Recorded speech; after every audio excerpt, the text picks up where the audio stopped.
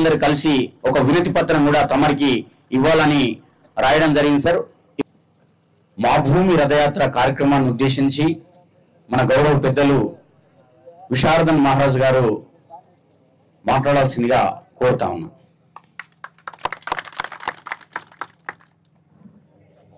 చిన్నమన్నూరు గ్రామం, గుడిహత్నూరు మండలం, ఆదిలాబాద్ జిల్లా గ్రామస్తులైన ఆదివాసీ బిడ్డలందరికీ, గ్రామ పటేల్ కుర్సింగ్ దినేష్ గారికి, గ్రామ గిరిజన యూత్ ప్రెసిడెంట్ కుర్సింగ్ అంబారావు గారికి, పెందూరు పురుషోత్తం గారికి, గ్రామ దేవారి కుర్సింగ్ గంగారాం గారికి, గ్రామ నాయకులు చక్రం యశ్వంత్ గారికి, అందరికీ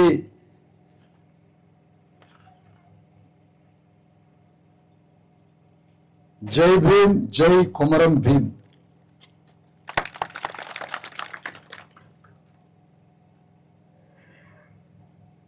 ఈ గ్రామం నేను ఎందుకు వచ్చాను? మీ డోలు దెబ్బలతో నాకు మంగళారతులు పట్టించుకోవడానికి నేను రాలేదమ్మా. మీ సాంప్రదాయం, మీ మర్యాద అయినప్పటికీ మీ డోలు వాయిద్యాల మధ్య, మీ సాంప్రదాయ గౌరవాల మధ్య కాదు నేను రావడానికి. ఈ దేశంలో మన పాత్ర ఏంటి? ఈ దేశ సంపదలో మన చిన్నారి బిడ్డల భవిష్యత్ ఏంటి? మన భవిష్యత్తు ఏంటి? అసలు మన బిడ్డల భవిష్యత్తు. తల్లి తండ్రులు పిల్లల్ని కంటున్నారు, ఇవాళ ఉండొచ్చు, రేపు పోవచ్చు. మరి బిడ్డల సంగతి ఏంటి? వాళ్ళని ఎవరు చూడాలి? ఎవరు సాధాలి? వాళ్ళని ఎవరు గొప్పవాడు చేయాలి? ఈ దేశం నడవడానికి పైసలు ఎక్కడి నుంచి వస్తాయో తెలుసా? నువ్వు చీర కొంటే, 100 రూపాయలు పెట్టి చీర కొంటే అందులో 15 రూపాయలు గవర్నమెంట్కి పోతుంది. నువ్వు కందిపప్పు కొంటే 10 రూపాయలు గవర్నమెంట్కి పోతాయి. నువ్వు రెండు సబ్బు కొంటే 2 రూపాయలు గవర్నమెంట్కి పోతాయి. నువ్వు కోట్ర సీసా మందు తాగితే 50 రూపాయలు గవర్నమెంట్కి పోతాయి. నువ్వు 100 రూపాయలు సినిమా చూస్తే 20 రూపాయలు గవర్నమెంట్కి పోతాయి. అట్లా మనందరి పైసలతో ఈ రేవంత్ రెడ్డి పరిపాలన, ప్రధానమంత్రి మోడీ పరిపాలన సాగుతుంది. అంటే గవర్నమెంట్ నడవడానికి ముఖ్యమంత్రికి జీతం కూడా మన పైసలే, మన కష్టార్జితే. సరే, అంతవరకు బాగానే ఉంది. ఈ రోడ్లు వేయడానికి, భూమిలో ఉన్న బొగ్గు తీయడానికి బాంబులు పెట్టి, కిలోమీటర్ల లోతున బొగ్గు బావిలోకి పోయి బాంబులు పెట్టి పేల్చి ఆ బొగ్గును బయటికి తీసి రైల్వే కట్టలేయడానికి, రోడ్లు వేయడానికి, భవనాలు కట్టడానికి, భూమిలో పనిచేయడానికి, పంటలు పండించడానికి, దేశంలో రోడ్లన్నీ ఊడవడానికి, రోడ్లు వేయడానికి, దేశ సంపదలో, పరిశ్రమలలో, కంపెనీలలో, గుట్టల్లో రాళ్లలో రాళ్లు కొట్టినోడు ఎవరు? భూమిని దున్నేది ఎవరు? భూమి మీద పంటలు పండించేది ఎవరు? మన పేదవాళ్ళే, మన ఆదివాసీలు, దళితులు, భూమిపుత్రులైన బీసీలు, ఎస్సీలు, ఎస్టీలే ఈ దేశ సంపదను తయారు చేస్తాను, గవర్నమెంట్కి పైసలు ఇస్తాను, మన కష్టార్జితంతో పని చేస్తాను. కానీ ఈ రాజ్యం మనకి ఏమి ఇస్తుందని అడుగుతున్నా. మన ఇండ్లు ఎందుకు ఇట్లా ఉన్నాయి? మన రోడ్లు ఎందుకు ఇట్లున్నాయి? మన బిడ్డలకి స్కూల్ ఏది? నీ బిడ్డలు అమెరికా పోవద్దా? విమానాలు ఎక్కొద్దా? మనం ముఖ్యమంత్రి పీఠం మీద కూర్చోవద్దా? మన బిడ్డలు ఏమీ లేదు. జ్వరం వస్తే చచ్చిపోతాం. ఆదిలాబాద్ ఆదివాసీలు జ్వరం వస్తే చచ్చిపోతారట. మంచినీళ్ళు లేవు, పిల్లగాళ్ళకి స్కూల్ లేదు, పౌష్టికాహారం లేదు, హాస్పిటల్ లేదు, చేసుకోవడానికి చేతి నిండా పని లేదు. ఎట్లా బతకాలి మరి? ఇది ప్రశ్న. ఇది ఎప్పటి నుంచి సాగుతుంది? వందల వేల సంవత్సరాల నుంచి సాగుతుంది. ఎందుకో తెలుసా? ఒకప్పుడు గోండు రాజ్యం ఉంది. ఆ రాజ్యంలో మనకి దుఃఖం లేదు. ఎందుకంటే భూమి అంతా నీది, రాజ్యం నీది, కష్టం నీది, అనుభవించేది నువ్వే, అన్నీ నువ్వే. కానీ ఇట్లాంటి దేశాన్ని మనం పరిపాలించి మన బిడ్డలు గొప్పగా బతకడానికి, మనం కూడా మంచిగా బతకడానికి, మనకి మంచి రోజులు రావడానికే అంబేద్కర్ రాజ్యాంగం రాసి ఆదివాసీలైనా, దళితులైనా, బీసీలైనా మన వెనుకబడ్డ వర్గాలే ఈ దేశాన్ని పరిపాలించాలని మన చేతిలో ఓటనే గొడ్డలు పెట్టిండు అంబేద్కర్. దాంతో రాజ్యం తెచ్చుకోమని చెప్పి ఆనాడు కొమరం భీము తుపాకీ పట్టిండు, గొడ్డలు పట్టిండు. ఇప్పుడు ఏ గొడ్డలు అవసరం లే, ఏ తుపాకీ అవసరం లే. గుడ్డసాటుకు పోయి నీ రాజ్యాన్ని తెచ్చుకోవడానికి ఓటి, మన రాజ్యం వస్తుంది. నీ రాజ్యం వస్తే ఏమొస్తుంది? నీ రాజ్యం వస్తే ఏమొస్తుంది? అమెరికాలో స్కూల్ ఎట్లుందో, విదేశాలలో బిడ్డలు విమానాలు తయారు చేసే స్కూల్ ఎట్లా ఉన్నదో ఆ స్కూల్ వచ్చి ఈ మన్నూరు గ్రామంలో కట్టుకుంటున్నాం. ఆ స్కూల్లో మన పిల్లగాళ్ళని పొద్దున చేర్పిస్తే వాళ్ళే బువ్వబెట్టి, పాలు పోసి, గుడ్లు పెట్టి, పాయసం పెట్టి పొద్దున్న నుంచి మధ్యాహ్నం దాకా 1వ తరగతిలో చేర్పిస్తే మధ్యాహ్నం దాకా చదివించి, మధ్యాహ్నం కూడా మళ్ళీ మంచి మటన్ తోటి భోజనం పెట్టి సాయంత్రం దాకా చదివించి, అక్కడే అన్ని సదుపాయాలతో చదివించి పిల్లగాళ్ళకి అన్ని పనులు నేర్పి ఉద్యోగం వచ్చిందాకా నీ బిడ్డను చదివించి ఉద్యోగం కాగితం ఇచ్చి నీ బిడ్డని నీ చేతిలో పెడతారు. అలాంటి స్కూల్ కట్టుకోవాలి మనం ఈ ఊర్లో. ఇది నిజమేనా అని అనొచ్చు. అమెరికాలో ఉంది, చైనాలో ఉంది, జపాన్లో ఉంది. వేరే దేశాల్లో మనం రాజ్యానికి ఇచ్చే పైసలతో మనకే స్కూల్ కట్టిస్తారు వాళ్ళు. బాగా అర్థం చేసుకోవాలి తల్లి. ఇందులో ఒక తెలివైన మనిషి, ఒక మనిషి రాండి, ఒక రావాలి. నవ్వద్దు, నవ్వడం మన కొంపలారింది ఆడనే రావాలి. పైరు చెంగులు తీసేయండి, ముక్కు కాడ పైరు చెంగులు తీసేయండి, సిగ్గుపడొద్దు. ఒక మహిళ రావాలి. రామ్మా, నాకేమైనా మంత్రాలు వచ్చాయి? నేను భయపడతాను ఎందుకు? ఇడా ఏం పేరు చెప్పు? తూర్పుబాయి సార్. తూర్పుబాయి. రా, ఇటు ఇటు నా వైపు తిరుగు. నువ్వు నవ్వుకుంటే సిగ్గుపడతావమ్మా. కనుగుడ్లతో మన భయపెట్టాడు చూపి మమ్మల్ని చూడాలి. నువ్వు సమ్మక్క సారక్కలు ఎట్లుంటారు? నవ్వుతురా ఇట్నే. సమ్మక్క సార లెక్కలు ఇట్లా రాగానే సమ్మక్క సారకి ఇట్లా ముక్కుకి పైడి చెంగి పెట్టి నవ్వుతారా?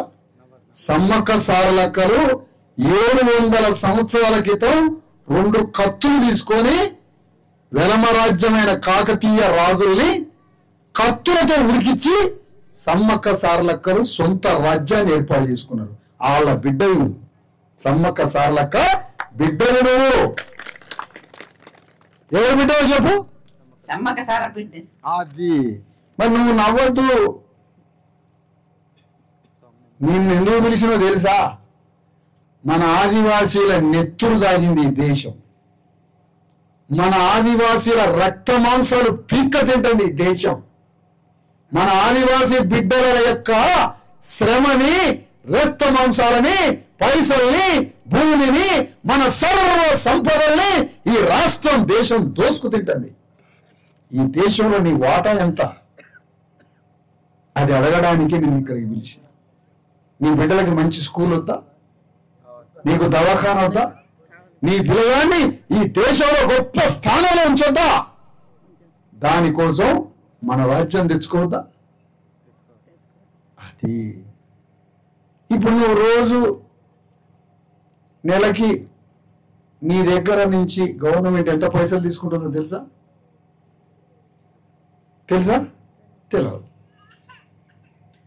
మన దగ్గర నుంచి నువ్వు రోజు కష్టార్జితం చేసి ఒక మనిషి నెలకి 10,000 రూపాయలు వాళ్ళ ఇంట్లో ఖర్చు పెడితే ఆ 10,000 2,000 రూపాయలు గవర్నమెంట్కి పోతాయి. ఎంత పోతాయి? 2,000 రూపాయలు పోతాయి. నువ్వు సబ్బు కొంటావా బట్టలు ఉతకడానికి? సబ్బులో 2 రూపాయలు పోతాయి. అట్లా మొత్తం మన సంపద మొత్తం గవర్నమెంట్కి పోతుంది. మరి పోయినాక మనకు భూమి ఇచ్చిందా? గవర్నమెంట్ లేదు. నీకు హాస్పిటల్ ఇచ్చిందా? ఊళ్ళో లేదు. నీకు దవాఖాన ఇచ్చిందా? హాస్పిటల్ లేదు, దవాఖాన లేదు, స్కూల్ లేదు, చేతి నిండా పని లేదు. నువ్వు కూలి ఎందుకు చేయాలమ్మా?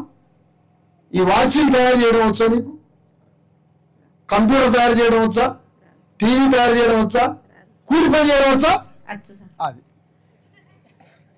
కూలి పని చేయడం వచ్చాక స్విట్జర్లాండ్ లో చదువురా ఇంట్లో ఆడోళ్ళు ఇళ్లలో కూర్చొని వాచీలు తయారు చేస్తాను. ఈ పని నేర్పడా రేవంత్ రెడ్డి మనకి? ఈ పని మోడీ మనకు నేర్పడా? ఇంట్లో కూర్చొని టీవీ తయారు చేసి కంప్యూటర్లు తయారు చేయడం నేర్పడా? అందుకనే మనం కూలీ పని చేసి నాలి పని చేసేది ఎప్పటి నుంచి అవుతుంది? ఇది వేల సంవత్సరాల నుంచి కూలీ పని చేస్తాం.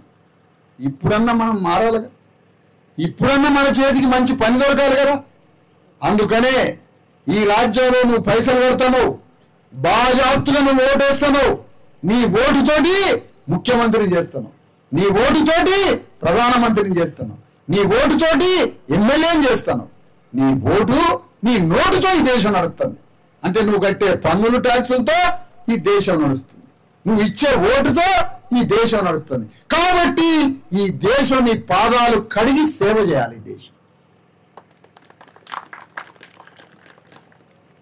ఈ దేశం మన పాదాలు కడగాలి. కలెక్టర్ వచ్చిండా ఈ ఊరికి? ఎప్పుడన్నా ఎంఆర్ఓ వచ్చిండా? ఆర్టీఓ వచ్చిండా? ఐటీడీఏ పీడీ వచ్చిండా? ఎవరు రాలే. ఎందుకు? నీ ఇంట్లో సమస్యలు లేవా? అంత ఆనందమేనా మనకి? దుఃఖం లేదా? బాధలు లేవా? మరి బాధలు ఉన్నప్పుడు ఎందుకు రాలే? మన బాధల్ని దుఃఖాన్ని పరిష్కరించడానికే ఈ జిల్లాకి కలెక్టర్కి 3 లక్షల జీతం. ఎక్కడి పైసలు? ఎవరి? మనవి. ఆ పైసలు కలెక్టర్కి ఇచ్చే జీతం మన చేతులు ఇచ్చే వాళ్ళు ఎత్తండి. ముఖ్యమంత్రి జీతం ఇచ్చేదెవరు? ప్రధానమంత్రి జీతం ఇచ్చేదెవరు? మరి మనకేమిచ్చిండ్రు? బూడిదే. అందుకోసమే మనము తెలంగాణ గడ్డ మీద మన ఓట్లను దొంగిలించి, మన పైసల్ని దొంగిలించి, మన రక్త మాంసాలతో శ్రమ చేయించి 3 రకాలుగా దోపిడీ చేసి మన నోట్ల మన్ను కొట్టి మనకి రాజ్యంలో వాటా లేదు, మనకి దవాఖానా స్కూల్ లేదు, మనకి బిడ్డలకి పౌష్టికాహారం లేదు, మన చేతి నిండా పని లేదు, మనకి ఏమీ లేదు. కానీ ఏమీ లేనప్పుడు మన దగ్గర ఓటెందుకు తీసుకుంటాడు? మన దగ్గర నోటెందుకు తీసుకుంటాడు? మన దగ్గర శ్రమ ఎందుకు చేస్తాడు? ఈ ఆదిలాబాదు హైదరాబాద్ నుంచి నాగపూర్ దాకా రోడ్డు వేసిండు. రోడ్డు వేసే దాంట్లో దొరేసిండా? రోడ్డు దొర కష్టార్జితం ఉందా? దొరసాని కూలి పని చేసిద్దా? చేయదు. కూర్చోమ్మా. అందుకనే మనకి ఈ రాజ్యం జవాబుదారీతనంతో ఉండాలి. ఈ రాజ్యం మన పాదాలు కడిగి సేవ చేయాలి. వేరే దేశంలో మనం కట్టే పైసలతో సర్వ సంపదలను తయారు చేస్తున్నారు. మనం కట్టే పైసలతో స్కూల్ కడతాడు వాడు వేరే దేశంలో. మనం కట్టే పైసలతో మనకి దవాఖానా కడతాడు వేరే దేశంలో. భవనాలు కట్టిస్తారు. ఇలాంటి ఇల్లు లేవు కదా అక్కడ. బలమైన భవనాలు ఉన్నాయి కదా, మనకి ఇల్లు కట్టియారట, ఏమి కట్టియారట. అందుకనే మనం ఈ తెలంగాణ గడ్డ మీద బీసీలు, ఎస్సీలు, ఎస్టీలు కలిపితే 100కి 90 మంది ఉన్నాం. 90 మంది ఉన్నాం 100కి. ముగ్గురం కలిస్తే రెడ్డి రావులు కలిస్తే 10 మంది కూడా లేరు. రెడ్డి రావులు కలిస్తే 10 మంది కూడా లేరు. ఆ 10 మంది లేనివాడు మన రాజ్యాన్ని పరిపాలిస్తాడట. చూసిరా? ఈ న్యాయమా అన్యాయం మీరు చెప్పాలి. 90 మంది ఉన్నోడు దేశాన్ని పరిపాలిస్తాడా? 10 మంది ఉన్నోడు దేశాన్ని పరిపాలిస్తాడా? 90 మంది ఉన్నోడు పరిపాలించాలి. కానీ మన చేతిలో రాజ్యం ఇవ్వలేదు. ఉల్టా మనకి ఏమి చేయట్లేదు. అందుకనే ఈ తెలంగాణ గడ్డ మీద ఆ రాజ్యాన్ని మోసుకోనోడు, దవాఖానా, ఇల్లు, స్కూలు ఏది లేనోడు, వైద్యం లేనోడు, ఉపాధి లేనోడు ఈ 90 మందిని ఒకే దగ్గర పోగేసి 3.5 కోట్ల మంది సముద్రాన్ని తయారు చేసి ఆ 10 మంది రాజ్యాన్ని సమాధి చేసి మనమే తెలంగాణ గడ్డని పరిపాలించడానికి ఆ జీవు తీసుకొని 1,00,000 కిలోమీటర్లు తిరుగుతున్నాం మా తెలంగాణ మొత్తం. ఏం నువ్వు రాజ్యాన్ని నేలలేవా? చదువు ఉందా? సమ్మక్క సార్లకు ఆనాడు 700 ఏళ్ల క్రితం. ఇవాళ నీకే చదువు లేదు. ఇక సమ్మక్క సార్లకి చదువు చదువు లేదు, కానీ రోషం ఉంది. రోషం ఉంది, రోషపుడుగా సమ్మక్క సారక్కది. అందుకని కత్తులు పోయి అమ్మడిపడ్డారు, రాజ్యాన్ని తెచ్చుకున్నాడు మేడరాజు సమ్మక్క సార్లకు. యుద్ధం చేశారు, మేడారంలో రాజ్యం తెచ్చుకున్నారు. అది జాతర కాదు, సమ్మక్క సారక్కలది జాతర కాదు, అది అగ్రకులాలని పాతరేసిన స్థలం. అది అగ్రకుల రాజ్యాన్ని పాతరేసిండ్రు, అది జాతర కాదు. రెడ్డి రాముల రాజ్యాన్ని పాతరేసిండ్రు, అది జాతర కాదు. ఎడిపోయిందో మా అమ్మ సమ్మక్క సారక్కలు, ఎడిపోయిన అడవులలో కట్టేపోయారు, అడవులలో పోలే, కత్తులు తీసుకొని యుద్ధం చేసి రానాడు రాజ్యం కోసం. ఇవాళ మనకి రోషం రావాలి. ఆ రోషం కోసం, మనకి ఆత్మగౌరవం కోసం, మనం రాజ్యాన్ని సంపాదించడం కోసం ఇవాళ ఈ రథం తీసుకొని తిరుగుతున్నా. ఇది ఏమి రథమో తెలుసా? ఇది అంబేద్కర్ రథం, అది కొమరం భీము రథం, అది సమ్మక్క సారలక్కల రథం, అది సర్దార్ సర్వాయి పాపన్న గౌడ్ రథం, అది పండగ సాయన్న రథం, అది కొండా లక్ష్మణ్ బాపూజీ రథం. ఆ రథం పట్టుకొని తిరుగుతున్నా, అది అంబేద్కర్ రథం.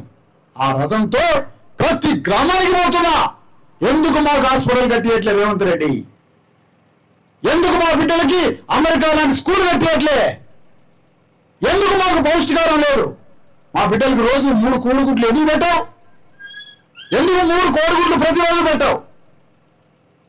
ఒక బిడ్డకి రోజు 3 గుడ్లు కావాలట, 3 అర్ధసేవ పాలు కావాలట. ఇంత పాలు పోయావా? కోడిగుడ్డు పెట్టవా? కానీ మా ట్యాక్సీలు కావాలా, మా ఓట్లు కావాలి, నీకు మా శ్రమ కావాలి. అందుకనే ఇవన్నీ అడగడానికి, మన సమస్యల గురించి ప్రశ్నించడానికి కలెక్టర్ దగ్గర పోయి, ఆదిలాబాద్ కలెక్టర్ మా బిడ్డలు ఏడుస్తున్నారు, మా ఆదివాసీ బిడ్డలకి సమస్యలు ఉన్నాయి, ఒక్కసారి మా ఊరు వచ్చి చూసి రాసుకొని మా సమస్యలని పరిష్కరించాలి కలెక్టర్ని అడగడానికి ఈ రథం వేసుకొని తిరుగుతున్న తెలంగాణ గడ్డ మీద. ఎవరు అడగకుండా ఇళ్లలో కూర్చుంటే ఎవరు అడగాల? ఎవరు అడగాలి? ఎవరికి వాళ్ళు టీవీలు పెట్టుకొని ఫోన్లు చూసుకుంటా దొరికితే తింటే, లేకపోతే ఫస్ట్ నుండి కాలం గడిపితే మరి ఇదన్నీ ఎవరు అడగాలి? ఎవరో బయలుదేరాలన్నా అవుతా? మరి నేను ఒక్కడిని బయలుదేరి నన్ను చంపుతారా, నాతో మీరు అందరు కలిసి వస్తారా? కలిసి వచ్చి పేరు చేతులు ఎత్తండి.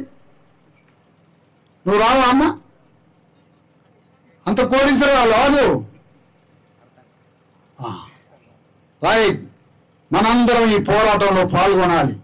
మన సమస్యల్ని, బాధల్ని కలెక్టర్కి చెప్పాలి. ఎందుకో తెలుసా? అక్కడ ఉన్న పైసలు మన పైసలు, ఇక్కడున్న రాజ్యం మన ఓట్లతో వచ్చిన రాజ్యం. కాబట్టి మనం అడగకుంటుంటే మనం చంపుకుంటూ పోతారు వీళ్ళు. అందుకనే అర్థం చేసుకోవాలి. అక్కడ ఆదివాసీల మీద కాల్పులు జరుగుతున్నాయి. నక్సలైట్ల పేరు మీద, నక్సలైట్ల దగ్గర ఆదివాసీలే సైన్యం, ఆదివాసీలు చంపే పోలీసుల దగ్గర సైన్యం వాళ్ళే. 2 వైపులా మన వాళ్ళే. ఒకే ఇంటికి పోతారు. ఒక నక్సలైట్ అయిన మావోయిస్ట్ అయినప్పుడు ఇంటికి, నేను నా పార్టీలో ఉందని తీసుకుపోతాడు, ఒక బిడ్డను తీసుకుపోతాడు. ఎమ్మడే పోలీసు వస్తాడు ఆదివాసీ ఇంటికి, నా పోలీసు దగ్గర నువ్వు చేయాలని ఇంకో తమ్ముని తీసుకొని పోతాడు. 2 అన్నదమ్ములు, ఒకడు పోలీసు పక్షాన, ఒకడు మావోయిస్టు పక్షాన. ఈ అన్నదమ్ములు పోలీసుల పేరుతో, నక్సలైట్ల పేరుతో 2 కాల్చుకుంటారు. సత్యదేవుడు ఆ 2 ఒక ఇంట్లో ఉన్న ఎవరు అన్నదమ్ములే. 2 పక్షాన ఉన్నది అన్నదమ్ములే. చూసిరా? నక్సలైట్ పక్షాన మన ఆదివాసి, పోలీసుల పక్షాన ఆదివాసి. సచ్చింది 2 అన్నదమ్ములు. ఒక తల్లి గర్భశోకం, 2 బిడ్డలు వస్తారు. ఇదే ఈ దేశం. పార్టీలలో తనుకొని సచ్చేది మనమే. కాంగ్రెస్ పక్షాన మనవాడే, టీఆర్ఎస్ పక్షాన మనవాడే. 2 పార్టీలలో గొడవలు పెట్టుకుంటారు, దొరలో ఇళ్లలో కూర్చుంటారు, సచ్చేది మాత్రం అన్నదమ్ములు. ఇదా దేశం, ఇదా రాజ్యం. అందుకని ఇది మారాలమ్మా, ఈ సమాజం మారాలి. మీరు అనుకోండి, సావండి, ఏడన మాకు సంబంధం లేదు. కానీ నేను సుఖంగా సంతోషంతో బతకాలి. మా బతుకంతా నెత్తురు ఏరులేవు పారింది. మా జీవితం అంతా దుఃఖమే, మా జీవితం అంతా కష్టాలే. ఇప్పటికైనా ఈ సమాజం మారడానికి రాజ్యాంగం వచ్చింది. బయటికి రావాలి, మనంగా అన్ని అడగాలి, ప్రశ్నించాలి. అన్ని తెచ్చుకోవాలి, మన బిడ్డల్ని సాదుకోవాలి, వాళ్ళని గొప్ప వాళ్ళని చేయాలి. దానికోసమే తెలంగాణ గడ్డ మీద 1,00,000 కిలోమీటర్ల రథయాత్ర తీసుకొని మన 3.5 కోట్ల మంది బిడ్డల్ని తయారు చేసి అందరం ఒక్కటై ఈ రాజ్యాన్ని తెచ్చుకొని మనం కూడా సుఖ సంతోషాలతో బతకడానికి ఈ రాజ్యాంగ రథయాత్ర మా భూమి రథయాత్ర అని, మా భూమి ఇది, ఇదంతా మా భూమి, మా కష్టార్జితం తయారైన మా భూమి. ఈ మా భూమి రథయాత్రతోటి బయలుదేరి మన చిన్నమన్నూరు గ్రామం వచ్చినామమ్మ. ఈ గ్రామంలో మనమంతా ఆదివాసీలం. పైకి ఎవరో వస్తారు, ఎవరో పార్టీ వాళ్ళంతా దొరల పార్టీ, అన్ని పార్టీలకు రెడ్డిగా దొరలే నాయకులు. మనకంటూ పార్టీ లేదట. జనమేమో మనం, జనం కావాలి వానికి. లారీలకి జనం పోయి మీటింగ్లలో పోయి వానికి జైలు కొట్టి వాడు బీరు తాపిస్తే తాగి వాడికి ఇంత బిర్యానీ పెడితే ఒక్కరోజు భాగవతం కోసం మీసాలు తీసేసుకున్నట్టు తిరగాల మనం. ఇది వద్దు మనకి. ఇది నవ్వుతారు మీరు, లారీలు ఎక్కిర్రా, ఎక్కే ఉంటారు మీరు. అందుకనే ఇలాంటి చేయొద్దు. మనమే సమ్మక్క సారలక్కల వారసత్వంతో రాజ్యాన్ని తెచ్చుకోవాలి. తెలంగాణ గడ్డ మీద మన స్వరాజ్యాన్ని నిర్మించుకోవాలి. అప్పుడే మనకు ఆత్మగౌరవం, మనకు అప్పుడే మన స్వాభిమానం, అప్పుడే మనకు సంతోషం. అందుకోసం తెలంగాణ గడ్డలో ఈ మార్పు రావాలని అన్ని పార్టీల దగ్గర మనం బిచ్చమెత్తుకోకుండా మనమే తెలంగాణలో స్వరాజ్యాన్ని స్థాపించడం కోసం ఈ రథయాత్ర, మా భూమి రథయాత్ర సాగుతుంది. ఈ పోరాటంలో మీరందరూ పాల్గొనాలి. రేపు కలెక్టర్ దగ్గరకు పోతున్నాం. అందరం మన సమస్యలు కూడా తీసుకొని పోయి కలెక్టర్ గారిని అడిగి వీటిని పరిష్కరించుకునే పోరాటంలో ఉండాలి. అంతిమంగా 3.5 సంవత్సరాల యాత్ర పూర్తయినాక అతి పెద్ద మీటింగ్ పెట్టి తెలంగాణ గడ్డని మనం ఏరుకునే ప్రణాళిక కూడా తయారు చేసుకోవాలని కోరుతూ మీ అందరి దగ్గర సెలవు తీసుకుంటాం.